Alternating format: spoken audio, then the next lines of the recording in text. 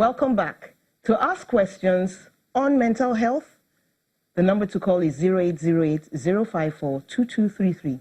That's 0808-054-2233. You can also tweet at CTV_Mary A. Please ask questions about mental health only. Now, we were going to answer our question about practical ways of building resilience into young people, because that's what WHO is asking parents, guardians to do now. Thank you very much for the question. The first thing is you can't just build resilience in youth or young ones without actually looking at the foundation, which is the family. Childhood, okay. Which is the family, especially the parent, the guardians. You can't just tell someone that doesn't know how to swim that you should watch a Michael Phelps. It's not done. You have to, person must learn the ropes. And so the family is the basic unit that we first, that is in charge of this. That is, are the parents, are they in good health, even in good mental health, and then is there unity in the family?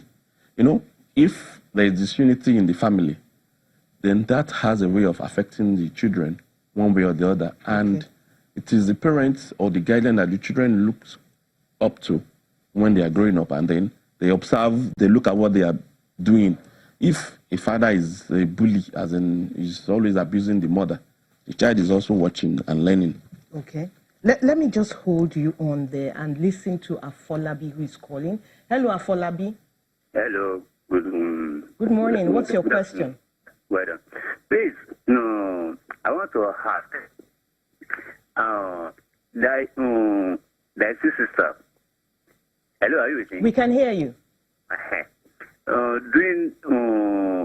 During delivery, 50 years ago, during delivery 50 years ago, it was given a drug that affected her, that affected her. But later, the doctor discovered, one of the doctors that didn't go to later discovered that he was not supposed to take that drug then. So they have to, but now recently, he says at times the head will just grow up. That if something want to reoccur again. She was able to go and do EEG. Okay. So what's your question? My question is that, is it mental disorder? Okay. Thank you very much, Afolabi. Okay. I have a feeling that you need more information than this, Dr. Afolabi. Yeah, well, I'm sorry about the information you just give us, but what I can say is that there are such a person. I'm not really getting whether it's the child or the mother from what he is explaining. Who was given the drug? I think it can be the child or it can be the mother. So I really don't get. But there's no problem. The person is staying in Ikorodu. There's a general hospital in Ikorodu, which I know. Or better still, the person can come down to Ikeja. Lasut is there. Lut is also there too. There are obstetrician gynecologists there, and there are also pediatricians there too.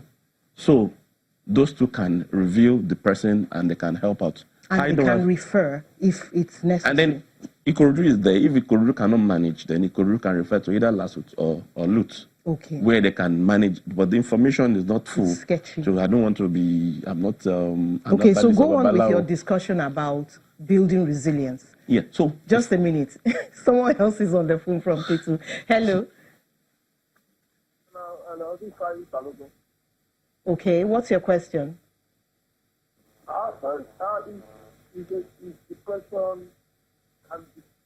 If you could speak a bit louder, Saeed.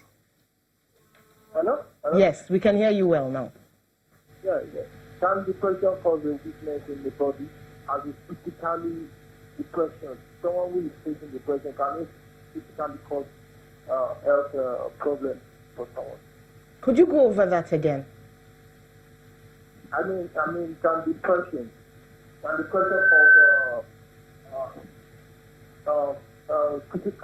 physical weakness? Okay. Okay, I get that. He's asking if depression can cause physical weakness in the body. Can depression cause physical weakness? Physical weakness. See, thank you very much for the question. In making a diagnosis of depression, there are some core features which, to make a diagnosis, this must be there, which could be low mood, low energy, and loss of interest in previously pleasurable activities, which we call anhedonia.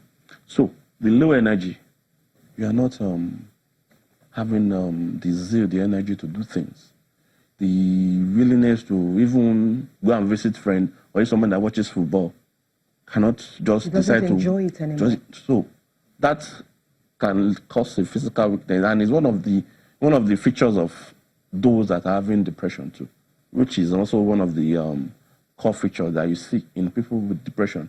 And there's other minor features too that you see, but in the major, you see low mood, low energy. So low energy will... It can equate to weakness. Yes. So yes, we were talking about building resilience. Yes. We really have to hit that one. Yeah, so building resilience, so the parent first, the guidance. There must be people of good, I don't want to say report now, but there must be people that are able to lead the child.